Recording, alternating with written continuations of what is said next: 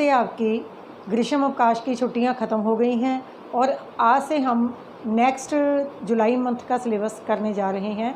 और मुझे आशा है कि आपने ग्रीष्म अवकाश की छुट्टियों का पूरा आनंद लिया होगा और जिन बच्चों की नोटबुक नहीं कंप्लीट उन्होंने नोटबुक कंप्लीट की होगी।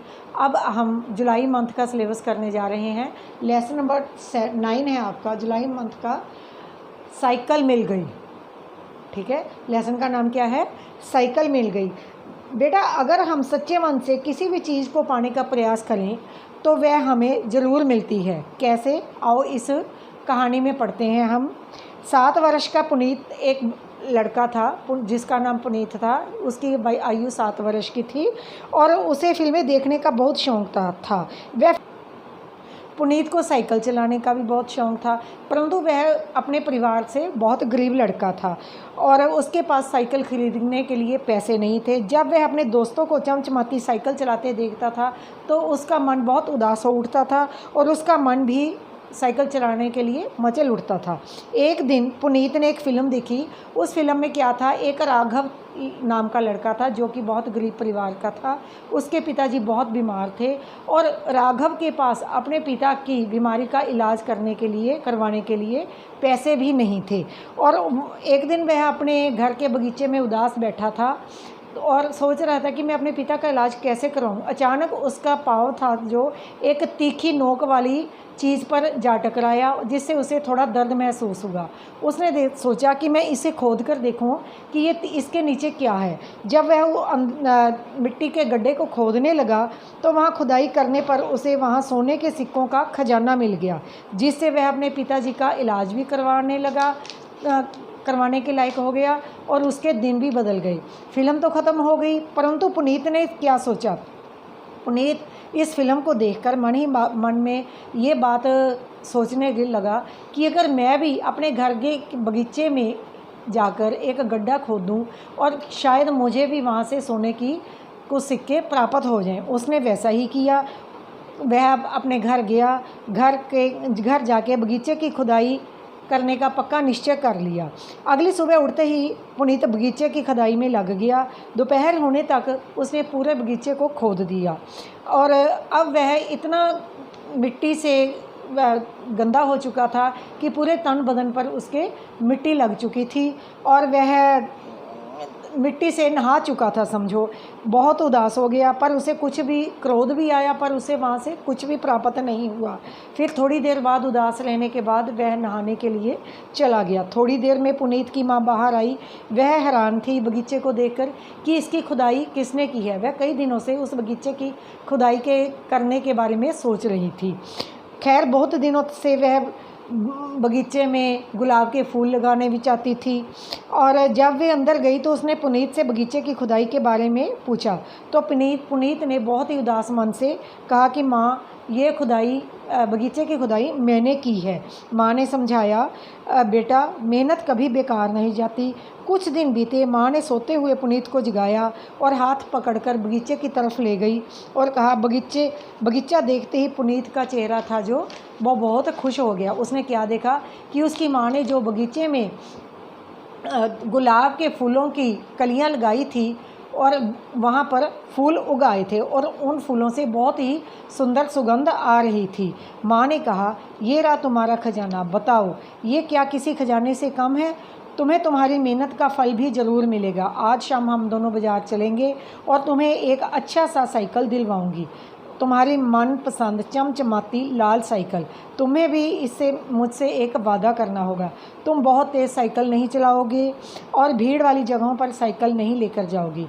माँ की बात सुनकर पुनीत बहुत खुश हुआ और उसने माँ से वादा किया कि वह अपनी आपकी हर बात मानेगा और उत्सुकता से शाम होने की वह प्रतीक्षा करने लगा।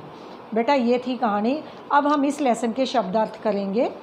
फर्स्ट है शब्द चमचमाती। चमचमाती है का मीनिंग है चमकती हुई, महसूस, अनुभव करना। खजाना, धन संपत्ति। निश्चय, इरादा।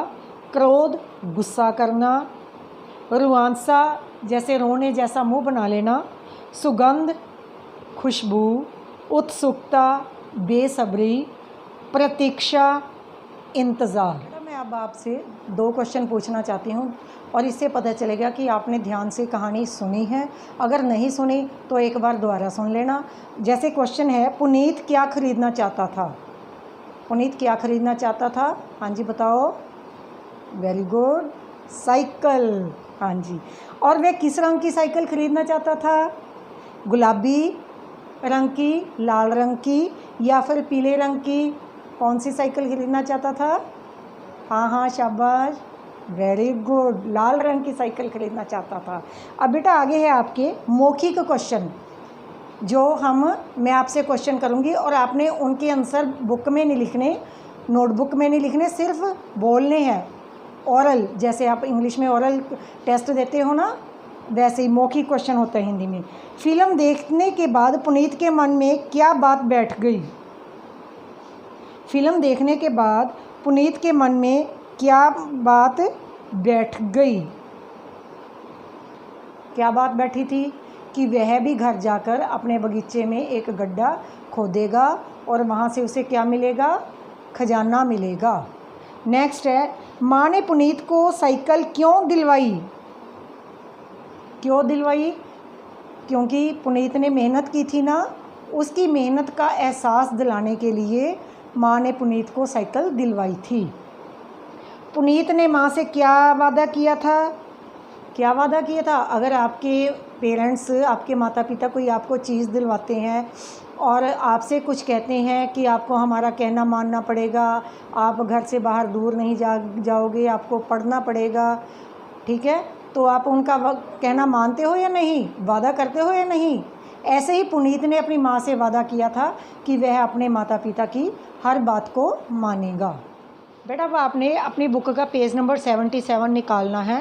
वहाँ पर आपके हैं लिखित क्वेश्चन और इन क्वेश्चनों को आपने बुक पे भी लिखना है और अपनी फेयर नोटबुक में पे भी साफ साफ राइटिंग में लिखना है। अपनी मिस्टेक्स निकाल लेनी है, इसी तरह से लिखना है आपकी कोई मिस्टेक ना हो, ठीक है। और फिर उसकी पिक खींच के मुझे भेजनी है पर्सनल नंबर पे, ताकि मैं आपकी नोटबुक चेक कर सकूं। जैसे क्वेश्चन है अपना, साइकिल लेने के लिए पुनीत का मन कब मचल उठता था?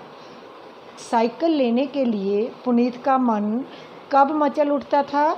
जब वह अपने दोस्तों की चमचमाती साइकिल देखता था। जब वह अपने दोस्तों को चमचमाती साइकिल चलाते हुए देखता था तो उसका मन भी मचल उठता था। पुनीत ने फिल्म में क्या देखा था? पुनीत में क्या देखा था फिल्म में? कि कोई डिब्बा मिट्टी में गड्ढा हुआ है, मिट्टी के नीचे दबा हुआ है। नेक्स्ट, पुनीत ने फिल्म देखने के बाद क्या किया? पुनीत भी अपने घर जाकर बगीचे में खुदाई करने लगा। आगे है आपके विलोम शब्द। दिन का विलोम क्या होता है? रात, जिस आप पंजाबी में विरोधी शब्द बोलते हैं। दिन का क्या होगा? रात। आगे का विलोम शब्द होगा पीछे। सच का झूठ। बाहर का विलोम शब्द होगा अंदर। उदास, खुश, ऊपर, नीचे। ये शब्द आपने नोटबुक पे भी करने हैं और अपनी बुक पे भी लिखने हैं।